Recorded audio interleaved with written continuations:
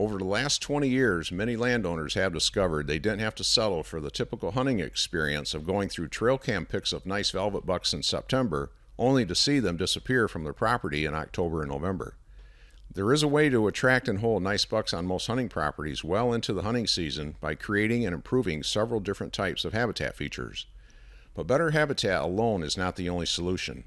Especially in areas of high hunting pressure, these properties need to be set up in a way that allows mature bucks to live and move around during daylight hours without feeling the pressure of the landowners who hunt it. These strategies are not taught in any university where you get a 40,000-foot view on how to create better deer habitat. I'm talking about manipulating pressured mature buck habitat down to the micro level by eliminating as many red flags in a buck's core area as possible.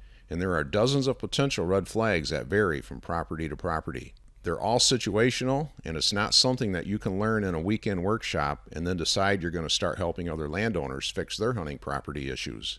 For a couple of 60-something guys, it has taken Jake and I over 40 years to understand the nuances of not only pressured mature buck habitat, but how and when to move in and hunt these animals without tipping them off into nocturnal behavior.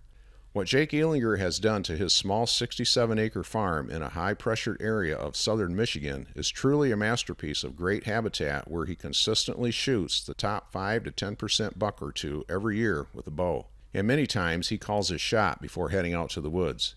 On the flip side, even though I have property to work on myself, I love the challenge of going out on public land or knock-on-door permission in Michigan, Ohio, Kentucky, and Wisconsin, where other landowners are also given permission to hunt. I love the challenge of scouting a new property in the spring and then returning in the fall with my bow to make it happen.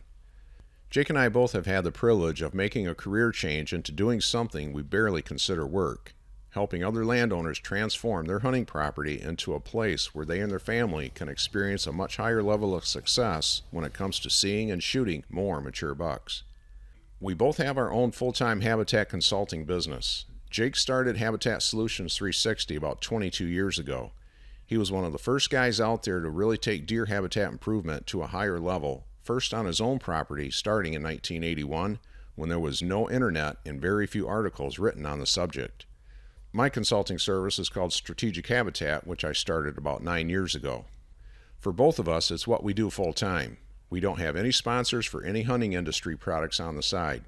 We only recommend products we use or is one of the best in its category. Our growth depends on the success of our clients and their word of mouth. Between the two of us, we visit about 150 properties a year across 20 different states.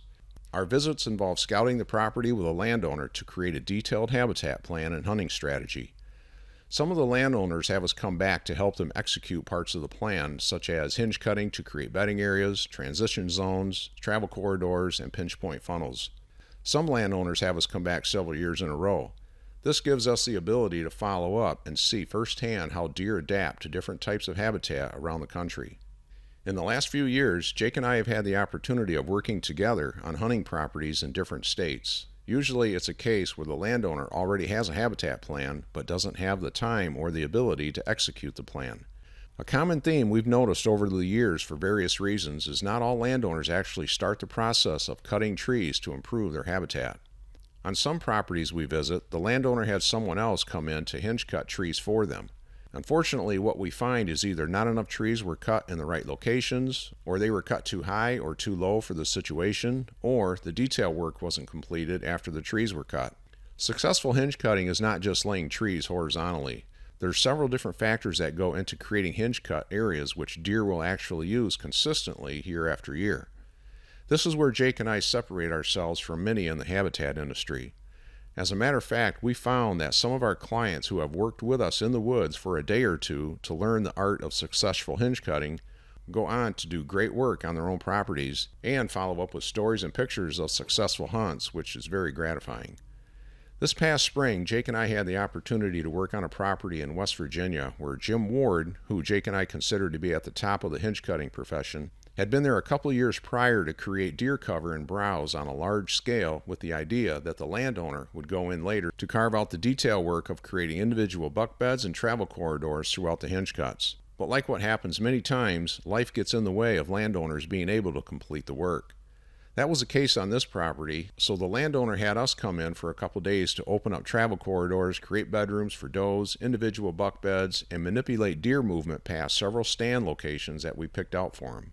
Before we left the property, we walked the landowner through all the new ambush setups and explained in detail the best time of season, the best time of day, the specific weather conditions he needs to have before taking certain access trails to the tree or blind setups. Jake and I have found that a higher percentage of landowners who have us come to set up these properties for them contact us later with success stories and photos. A couple years prior, a landowner in Pike County, Illinois had just purchased a couple properties and asked Jake and I to come out and create a habitat plan, as well as spend a couple days showing him and his hunting friends how to hinge cut trees for different purposes. So as they gave us a tour, we would stop along the way and explain what simple changes they could make right away that year in several different areas of the property. We also created several hinge cut bedding areas with some steering trails and created a long screen next to the neighbors with a hinge cut feathered edge along a large food plot. Later that evening, after a great meal of grilled elk and venison steaks, Jake gave a slide presentation to the group showing a variety of habitat types, screening, entry and exit strategies, pinch point examples, and time-lapse photos of what to expect after you start down the habitat improvement journey. These were great opportunities for these landowners to get a couple of experienced habitat guys to work side by side to really move the needle on their road to consistent opportunities at mature bucks.